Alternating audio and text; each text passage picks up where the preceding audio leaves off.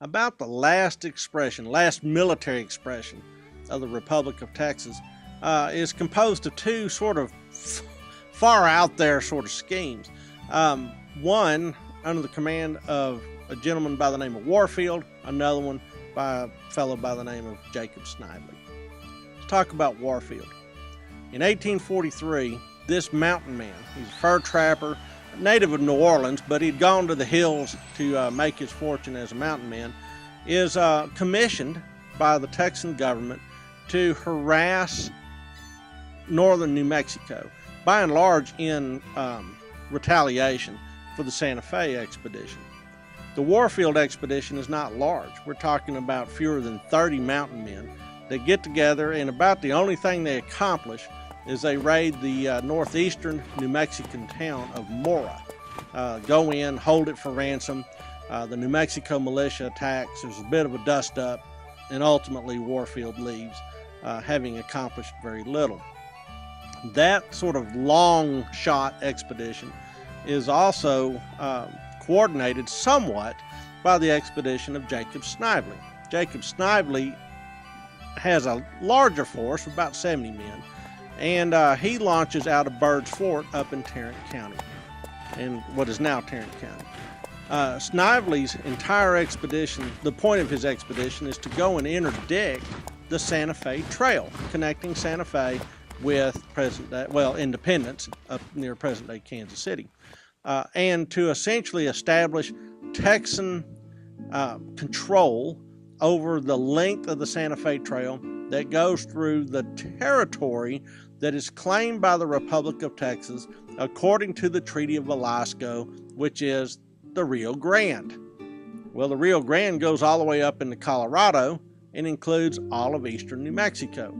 So, part of the Santa Fe Trail goes through Texan territory, and Snively's going to go up there and essentially set up a toll booth and charge Americans and Mexicans to use their segment of the road. Well, turns out his maps aren't particularly good either. He goes and actually they loot a Mexican caravan, but sometime while they're up there, they pass into what is American territory. U.S. Dragoons operating in present-day Kansas, then Kansas Territory, will actually surround and disarm Snively's expedition and essentially send them back to Texas without their weapons and with a good talking to. And so that ends the Snively expedition. Well, these two sort of minor incidents really point to a winding down of Texas's aggressive stance towards Mexico. Why is that? Because Sam Houston's back in office, and Sam Houston says war is expensive.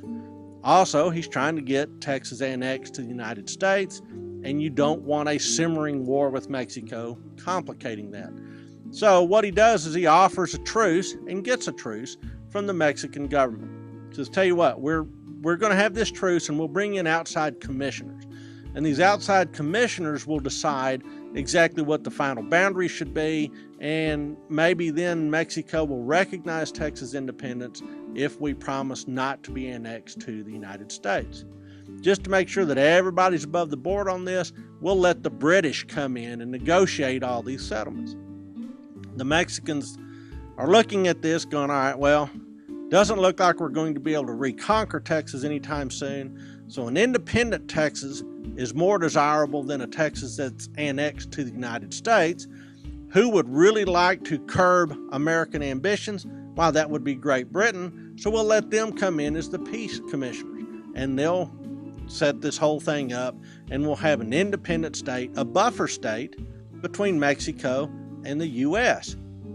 Well, my gosh, that's what we've wanted all along. That's what the Spanish wanted all along. We'll finally achieve this buffer zone. Sam Houston says, yeah, we ought to talk about that. That sounds like an interesting and potentially good idea. What do you think, British ambassadors?